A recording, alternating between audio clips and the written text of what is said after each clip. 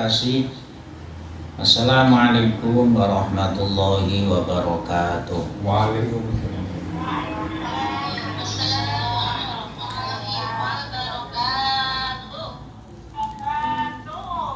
Bismillahirrahmanirrahim.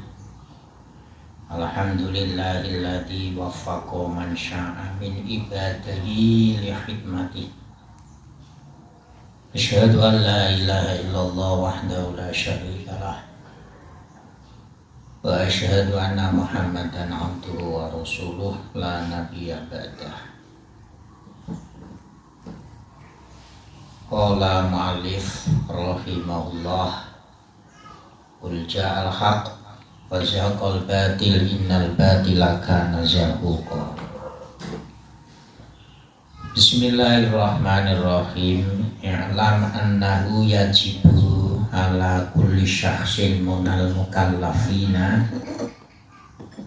walau kana raqiqan ay ya'rifa arkanal islami wal imani. Fa arkanul islami khamsatun antasyhada alla ilaha illallah wa anna muhammadar rasulullah wa tuqimas sholata wa tu'tiyaz zakata wa tasumu ramadhana wa tahujjal baita istata'ta ilaihi sabila. Para jamaah, sebelum memasuki materi pokok dalam fikih dalam kitab Riyadhul Badi'ah,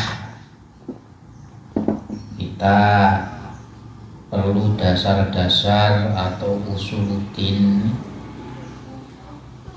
Usuluddin itu dasar-dasar daripada agama, tentu adalah rukun Islam dan rukun iman. Para jamaah rahimakumullah, kita sebagai hamba, sebagai seseorang yang mukallaf itu akal sempurna, dewasa, sehat jasmani dan rohani, itu wajib mengerti rukun-rukun atau dasar-dasar daripada Islam. Sekalipun toh itu sebagai hamba, lahir kedua orang tuanya itu merupakan hamba. Tapi kalau sekarang tidak ada hamba, sekalipun lahir dia itu sudah menjadi budak atau hamba, maka tetap wajib dia itu mengerti tentang dasar-dasar atau rukun Islam dan rukun iman. Nah, ini penting karena walaupun toh kelihatannya ini adalah mudah atau istilah bahasanya itu tidak terlalu penting, tapi ini adalah usuluddin, dasar-dasar daripada agama. Oleh karena itu, mari kita bersama mengerti ada berapa rukun-rukun Islam. Walaupun toh itu mudah, tapi tidak apa kalau kita pelajari lagi. Yang pertama yaitu syahadat. Syahadat, pengakuan bahwa tidak ada Tuhan yang disembah kecuali Allah dan Muhammad itu adalah Rasul atau Nabi Allah. Nah, syahadat rukun Islam yang pertama ini merupakan syahadat atau ucapan wal iqraru bil lisani wa huwa syartun li ijra'il ahkami ad-dunyawiyati faqat. Jadi mengucapkan dua kalimat syahadah, asyhadu an la ilaha illallah wa anna muhammadar rasulullah sallallahu alaihi wasallam, ini adalah sebagai syarat kalau seseorang itu ingin melakukan hukum-hukum atau pokok-pokok ajaran agama. Dan ini disyaratkan bagi orang yang mau masuk Islam. Jadi misalkan ada orang Kristen atau Katolik ingin melakukan sholat atau ingin melakukan wudhu atau ingin melakukan zakat atau ingin melakukan ibadah haji. Ini ibadah-ibadah ini tidak sah kalau dia itu belum mengucapkan dua kalimat syahadah. Karena mengucapkan dua kalimat syahadah ini adalah merupakan syarat mutlak, tidak boleh tidak. Nah, baru kalau dia itu mengucapkan dua kalimat syahadah, maka statusnya menjadi Islam, maka dia melakukan sholat, puasa, ibadah haji dan lain sebagainya. Karena syaratnya sudah terpenuhi, yaitu mengucapkan dua kalimat syahadah, maka ibadahnya itu sah atau diterima. Ini bagi orang yang sebelumnya itu tidak Islam. Nah, pertanyaannya bagaimana sebagai anak-anak orang Islam, dalam arti ketika dia lahir, dia dilahirkan, kedua orang tuanya ini baik ayah maupun ibunya itu sudah muslim. Nah, kalau anak-anak yang baru dilahirkan dari kedua orang tuanya itu muslim, lali autladil muslimina fahum mu'minuna wa illam yantiku tula umrihi. Jadi statusnya anak-anak yang dilahirkan dari kedua orang tua yang Islam yang mukmin, dia statusnya adalah Islam, tidak perlu mengucapkan dua kalimat syahadah, kecuali kalau dia murtad atau keluar dari Islam. Sekalipun toh dalam satu umur dia itu tidak mengucapkan dua kalimat syahadah, maka dia dikatakan Islam, maka dia dikatakan Muslim, sekalipun tidak mengucapkan dua kalimat syahadah dengan dasar kedua orang tuanya itu sudah Muslim.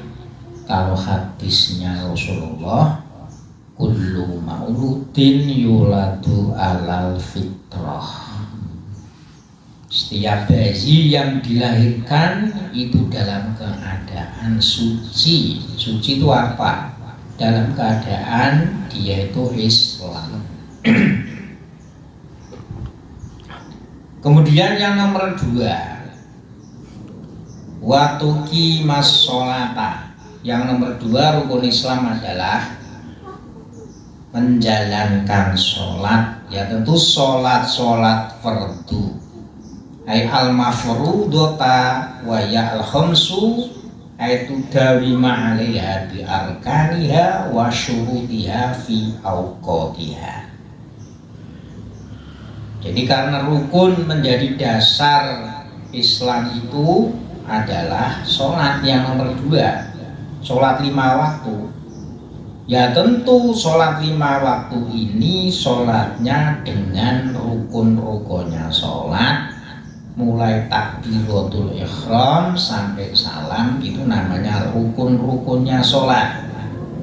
Dan tentu juga syarat-syaratnya itu terpenuhi. Syaratnya diantaranya apa? Suci dari hadas besar dan kecil. Kalau hadas kecil harus wudu, kalau hadas besar harus mandi. Ini harus dipenuhi. Baru bangun tidur belum wudhu kok terus sholat, ya sholatnya tidak sah karena syaratnya tidak terpenuhi. Syarat lagi orang sholat itu harus menutup aurat. Sholat kok tidak menutup aurat, padahal menutup aurat itu menjadi syarat, ya maka sholatnya tidak sah. Kemudian diantaranya kita sehat, tidak sakit, syaratnya itu harus berdiri. Sholat kok duduk, sholat wajib, sholat fardu, ini menjadi syarat berdiri. Kok dia itu sholatnya itu duduk, ya maka sholatnya tidak sah karena dia mampu berdiri. Kemudian diantaranya sholatnya itu harus menghadap kiblat. Lah dia sholat kok tidak menghadap kiblat, sholatnya pun juga tidak sah karena syaratnya tidak terpenuhi. Ya, ini harus sholat itu bukan hanya kita kerjakan 5 waktu, tapi rukun dan syaratnya harus terpenuhi. Yang nomor 3 rukunnya sholat adalah waktu tiaz zakata. Kita memberikan zakat. Memberikan zakat itu zakat apa tuh di sini itu? Apakah zakat fitrah? Tidak. Ya tentu zakat yang dulu kita pernah terangkan, ya insya Allah nanti dalam kitab ini juga ada. Di antaranya pertanian, perdagangan, peternakan, pertambangan. Ini nanti wajib zakat kalau memang sudah ada 1 nisab. Jadi bukan hanya zakat fitrah ketika menjelang Idul Fitri itu tidak, tapi zakat-zakat seluruh harta benda kita. Ini wajib, orang Islam itu harus wajib memberikan zakat. Yang nomor 4, watasuma Ramadhana. Ini sebentar lagi, tadi malam kita sama-sama memperingati, berdoa bersama dalam rangka malam nisfu Sya'ban. Ini pun juga merupakan rukun Islam, yaitu puasa di bulan suci Ramadan. Kalau Ramadan bulannya tepat nanti 30 hari, ya kita laksanakan 30 hari puasanya. Kalau Ramadan itu nanti puasanya 29 hari, ya kita lakukan 29 hari. Yang penting tidak ada udzur pergi, udzur sakit, atau udzur karena sudah usia terlalu tua, maka wajib melakukan puasa Ramadan. Kemudian yang terakhir rukun Islam yaitu watahujjal baita, yaitu kita melaksanakan ibadah haji, tapi syaratnya inistatota ilaihi sabila. Kalau kita itu mampu dalam segi finansial, mampu dalam segi fisik, mampu dalam segi perjalanan yang kita lewati tidak ada konflik perang, tidak mengkhawatirkan, maka kita wajib melakukan ibadah haji. Nah, sekarang kalau bahasa di sini adalah antaqsidal ka'bata bin nusuki, yaitu kita mempunyai tujuan, ya makanya di sini bukan hanya niat tapi tujuan. Nah, dengan melihat redaksi antaqsidal ka'bah, sekalipun kita belum mampu, tapi dalam hati kita wajib mempunyai niat untuk melaksanakan ibadah haji. Soal masalah nanti ditakdirkan tidak mampu atau tidak bisa, ya yang penting kita sudah mempunyai tujuan atau mempunyai niat untuk melaksanakan ibadah haji. Bismillahirrahmanirrahim. Wa arkanul imani sittatun antuk mina billahi wa malaikatihi wa kutubihi wa rusulihi wal yaumil akhiri wa bil qadari khairihi wa syarrihi. Kemudian rukun-rukun iman. Ini di samping rukun Islam, kita pun juga wajib mengerti tentang rukun-rukun iman. Yang pertama adalah kita harus wajib yakin, beriktikad bahwasanya Allah itu ada. Kita wajib iman kepada Allah Subhanahu wa ta'ala.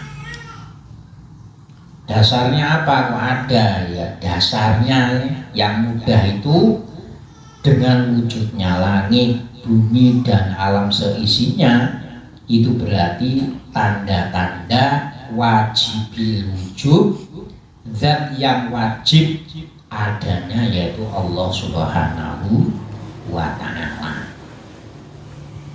Kemudian yang nomor 2, wa malaikatihi. Kita wajib iman bahwa Allah itu punya para malaikat. Lah malaikat itu siapa toh? Wa huwa al-jawahir al-ulumiyah an-nuriyah. Ibadullah la kama yazal musyrikuna min tauhidihim faqulu al-malaikatu banatullah. Para malaikat ini adalah hamba-hamba Allah yang berada di atas, yang diciptakan oleh Allah dari nur, dari cahaya. Mereka taat, tidak pernah bermaksiat, tidak pernah membantah, tidak pernah durhaka kepada Allah Subhanahu wa ta'ala.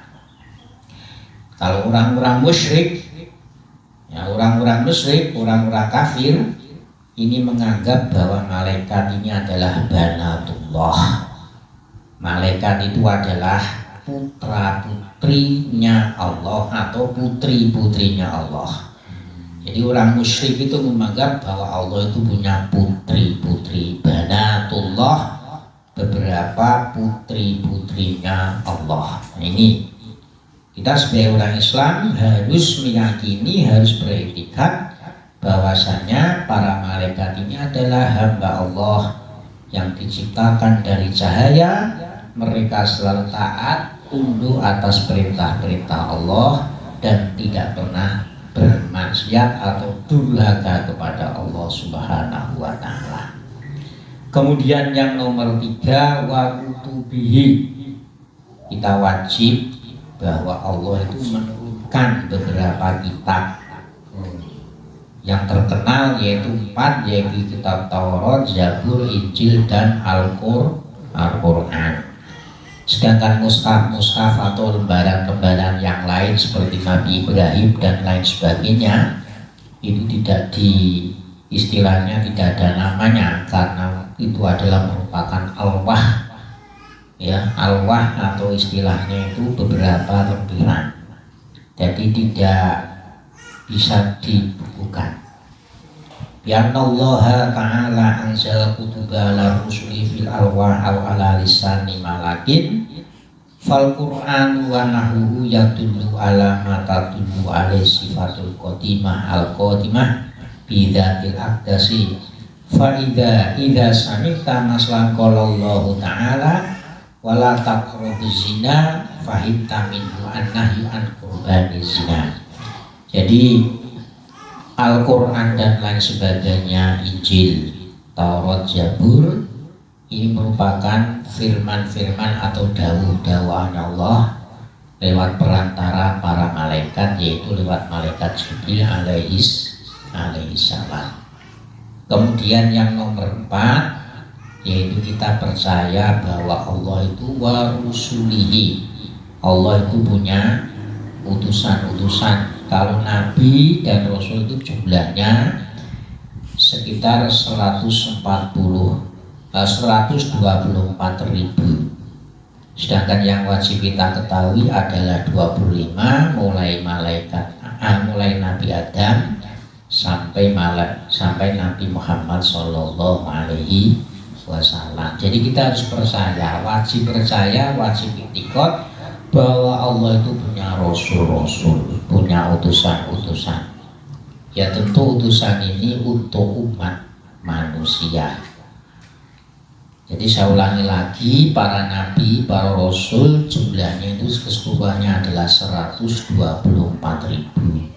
Hanya yang wajib kita ketahui adalah 25, mulai Nabi Adam sampai Nabi Muhammad Sallallahu Alaihi Wasallam. Kemudian wal yaumil akhiri, kita wajib iman, kita wajib beriktikad. Yang nomor 5 adalah kita iman kepada hari akhir atau hari kiamat. Di mana hari kiamat ini adalah waktul hasyri ila ma la yantanaha. Jadi di mana seluruh umat manusia besok dikumpulkan, amal baiknya, amal buruknya dipertimbangkan, dicatat, dihisab, ditimbang dan lain sebagainya. Di mana hari kiamat itu tidak ada batasnya. Ila ayyakhula ahlul jannati al jannata wa ahlun nari an-naro. Di mana sampai penghuni surga masuk ke surga, penghuni neraka masuk ke neraka. Jadi hari kiamat itu tidak ada batasnya. Ya makanya kita itu sebagai orang Islam, sebagai orang yang beriman itu sangat beruntung. Bahasanya sekalipun apa itu namanya, sebagai orang Islam yang fasik, orang Islam yang belik, orang Islam yang sering maksiat, tapi iman kita, akidah kita adalah Allah Subhanahu wa Ta'ala adalah Tuhan kita. Kemudian yang terakhir, iman kepada wabil qadari khairihi wa syarrihi. Kita wajib iman bahwa Allah itu mempunyai qadar, mempunyai kepastian, baik itu baik maupun itu tidak baik menurut manusia. Semuanya itu adalah merupakan qadar atau kepastian Allah Subhanahu wa Ta'ala. Jadi bahasa kita tidak enak, yaitu juga merupakan kehendak Allah atau kepastian Allah. Orang kelihatan enak itu juga merupakan qadar atau kepastian Allah Subhanahu wa Ta'ala. Jadi kalau kita mengerti rukun iman itu adalah qadar khairihi wa syarrihi, baik maupun buruk, kita akan selalu bersyukur, kita akan selalu menikmati, kita akan selalu happy. Apapun hidup ini akan selalu kita jalani sesuai dengan qudrah iradahnya Allah Subhanahu wa Ta'ala. Namanya dunia itu kan yang memiliki itu Allah Subhanahu wa Ta'ala. Mengapa kita ikut mikir? Ini kan keliru. Yang memiliki itu Allah Subhanahu wa Ta'ala. Semuanya yang menentukan itu Allah Subhanahu wa Ta'ala. Jadi kalau kita bicara rukun iman, ya kita tahu, tapi prakteknya itu adalah bagi kita itu menerapkannya itu mampu atau tidak. Jadi kita kembali pada diri kita masing-masing. Jadi kita ketika melihat orang itu kelihatannya enak, ya kita biasa. Kita melihat kelihatannya orang itu susah, serba kekurangan, kita pun juga biasa. Dalam arti biasa, kita kembali, semuanya itu adalah kepastian Allah Subhanahu wa Ta'ala. Ada yang kena bencana banjir beberapa hari tidak curut-curut, ada yang kebakaran, ada yang macam-macam. Ya kita tidak kagetan, itu semuanya memang merupakan qadar, kehendak Allah Subhanahu wa Ta'ala, baik itu khair, baik itu baik ataupun syaring atau itu jelek. Jelek menurut manusia, baik menurut manusia, ataupun itu juga menurut Allah, itu semuanya kita sikapi dengan kita kembali bahwa itu adalah kepastian Allah Subhanahu wa Ta'ala. Para jamaah yang saya muliakan, semoga pagi hari ini kita kembali mengerti bahwa Islam kita, iman kita kepada Allah Subhanahu wa Ta'ala akan kembali fresh, akan kembali terbuka. Insya Allah untuk minggu depan kita akan mulai daripada furu'uddin, yaitu kita bahas mulai dari Toharoh sesuai dengan apa itu namanya, kitab Riyadhul Badi'ah. Semoga bermanfaat. Al-Fatihah. A'udzubillahi minasyaitonir rajim. Bismillahirrahmanirrahim. Alhamdulillahirabbil alamin arrahmanir rahim maliki yaumiddin. Iyyaka na'budu wa iyyaka nasta'in ihdinas shiratal mustaqim. Shiratal ladzina an'amta 'alaihim ghairil maghdubi 'alaihim waladdallin.